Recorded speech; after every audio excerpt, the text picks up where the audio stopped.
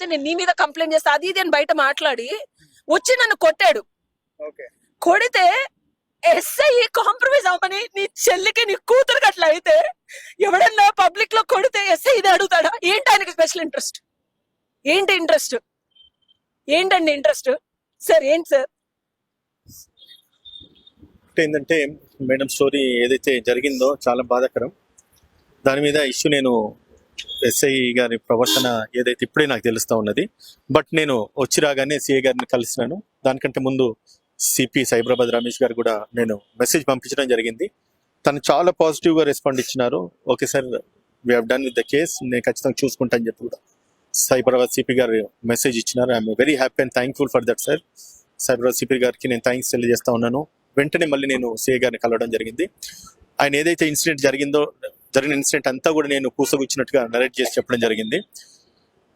వాళ్ళు ఎంత పెద్దోళ్ళైనా కూడా జీటీవీ కావచ్చు, ఇంకే టీవీ అన్న కావచ్చు, వాళ్ళకి ఎంత దమ్మున్నా పర్లేదు, చట్టం ముందు ఎవరు కూడా గొప్పలు కాదు, ఎవరు కూడా అతిథులు కాదు.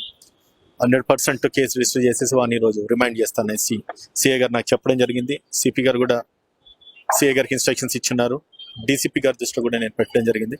ఒక మహిళా న్యాయవాదికి ఇది జరిగితే ఎప్పుడు అనుకుంటాం సాధారణ పౌరులకి ఏంటిదని చెప్పేసి. తనంతా ఏడుస్తూ ఆవేదన ఎక్స్ప్రెస్ చేస్తూ ఉందంటే తన దుఃఖాన్ని ఇన్ని సంవత్సరాలు తెగమించుకొని ఈరోజు ఒక్కరోజు ఆమె అవుట్ బస్ట్ అవుతా ఉన్నది. తను చేసిన ప్రోగ్రామ్స్కి అంత పెద్ద ఛానల్ అయి ఉండి డబ్బులు కట్టాల్సింది పోయేసి మీకు ఇంకా అవకాశాలు రావాలంటే మాతో పాటు మీరు అన్నిటికీ కోఆపరేట్ చేయాలి.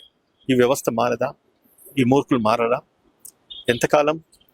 అదే నీ సొంత చెల్లెనో లేకపోతే నీ సొంత తల్లినో లేకపోతే మీ భార్యలోనో ఎవరైనా ఇదే విధంగా ప్రవర్తించి ఇదంగా మాట్లాడితే మీరు సహిస్తారా? అంత ఆవేదన ఆమె ఎక్స్ప్రెస్ చేస్తూ ఉన్నది. ఆమె గుండెల్లో నుంచి అంత బాధ వస్తూ ఉన్నదంటే ఆమె మాట్లాడే ఏ పదంలో కూడా అబద్ధం కనబడతా ఉన్నది. సరదాగా కొట్టేస్తారు సార్, నాకు అర్థం కాని విషయం.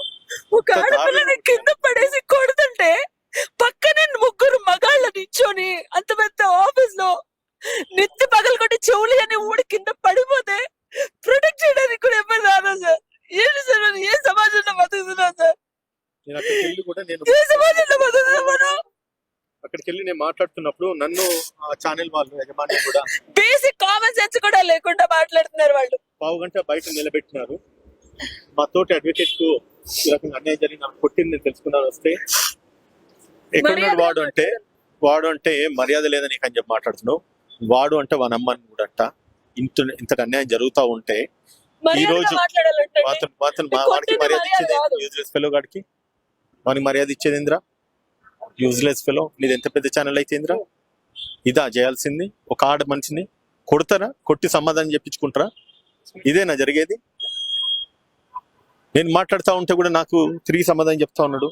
ఇంతటి దారుణమా? పోలీసులు వచ్చినారు, పోలీసులు తీసుకొచ్చి వాడిని రిమైండ్ చేయాల్సింది, అరెస్ట్ చేయాల్సింది. వానికి సహకరిస్తా ఉన్నారు. మన సంస్థలో ఒకవేళ తప్పు జరిగితే సమర్థించుకోవాలి, సరి చేసుకోవాలి, సర్ది చెప్పుకోవాలి. కానీ నలుగురు కలిసేసి ఒక్క మగోడు ఒక ఆడ మనిషిని కొడతా ఉంటే నలుగురు వాళ్ళకు వత్తాసు పలుకుతా ఉంటే ఏం మాట్లాడితే మేము చెప్తాం వీళ్ళకి? ఇంత దారుణమా? ఒక్కటి చెప్తున్నానమ్మా, అడ్వకేట్స్ అందరికి కూడా నేను ఈరోజు ఇన్ఫార్మ్ చేయడం జరిగింది. మా Hyderabad high court bar association president గారు కూడా నేను తెలియజేయడం జరిగింది. రేపు ఇమీడియట్ గా నేను ప్రెస్ మీట్ కాల్ఫర్ చేస్తా ఉన్నారు. ఖచ్చితంగా ఈ యొక్క ఇష్యూని డీజీపీ లెవెల్కి, అవసరమైతే సీఎం లెవెల్ కూడా తీసుకెళ్తారు. ఇటువంటి అగత్యాలు కనుక మహిళల పట్ల జరిగితే ఇప్పుడున్న పరిస్థితుల్లో అడ్వకేట్స్ ప్రొటెక్షన్ యాక్ట్ కూడా వచ్చింది. అడ్వకేట్స్ మీద జరగడమే కాకుండా ఒక లేడీ అడ్వకేట్ మీద ఇంత దారుణమైన అగత్యం విత్ రికార్డ్స్ ఉన్నాయి. అబద్ధం మాట్లాడట్లేదు, ప్రతిదీ రికార్డ్ అయి ఉన్నది. ఒక మనిషిని పడుకోబెట్టేసి కింద పడేసి కొడతారా? ఇంత దారుణమా?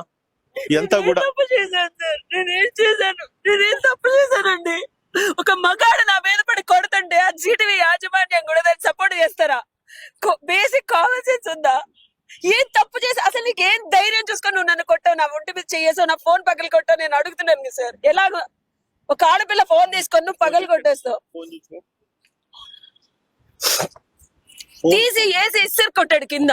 ఫోన్ పగలగొట్టడం ఏంటి ధైర్యం? ఏంటి? పోలీస్ స్టేషన్ నుంచి పంపించిన తర్వాత మెడికల్ రిపోర్ట్స్ అన్ని కూడా వచ్చినాయి. ఈ మెడికల్ రిపోర్ట్స్ అన్ని కూడా రేపు ఫైనల్ గా డాక్టర్ గారు సర్టిఫై అంటే నువ్వు నోటికి వచ్చినట్టు మాట్లాడుతూ పడుకోమని అడుగుతావు, మేము రికార్డు తీస్తుంటే నువ్వు ఎదురు నన్ను నువ్వు అని సంభాషించి పగలు కొట్టి మీదకొచ్చి కొడతారా? మనం ఏ రాష్ట్రంలో బతుకుతున్నాం, ఏ సమాజంలో బతుకుతున్నారండి? మనుషులే కదా, ప్రొటెక్షన్ లేదు ఆడపిల్లలకి. డబ్బుల కోసం మేము పనిచేసి డబ్బుల కోసం వెళ్తే మీతో పడుకోలేదని కొడతారా మమ్మల్ని? ఎప్పుడో గ్రజ్జు పెట్టుకుని అది కొడుతుంటే మళ్ళీ సమర్థిస్తారా? ఏ సమాజంలో బతుకుతున్నాం? మాకు ఇంకా ప్రొటెక్షన్ ఎడ్యుకేట్ అన్ని వదిలేండి ఉదయ్ గారు. ఆడపిల్లని నేను, ప్రతి ఆడపిల్లనండి నేను.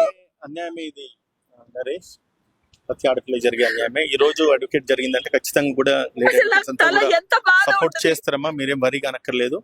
అడ్వకేట్ సైడ్ నుంచి కూడా ఖచ్చితంగా మీ అందరికి సపోర్ట్ ఉంటది. లేడీస్ అందరూ కూడా ఇటువంటిది ఏది జరిగినా కూడా సపోర్ట్ ఉంటుంది అని చెప్పేసి ఒక Congress party legal cell vice chairman గా, లీగల్ రిప్రజెంటేటివ్ కూడా, అధికార పార్టీ నుంచి కూడా మా సైడ్ నుంచి నేను మాటిస్తా ఉన్నాను. అవసరమైతే సీఎం గారి దృష్టి కూడా ఇది వెళ్లే విధంగా నేను 100% కృషి చేస్తాను. మా లీగల్ సెల్ చైర్మన్ మొన్ననే బార్ అసోసియేషన్ కు మెంబర్ కూడా ఎలక్ట్ అయినారు, పొన్నం అశోక్ గారి.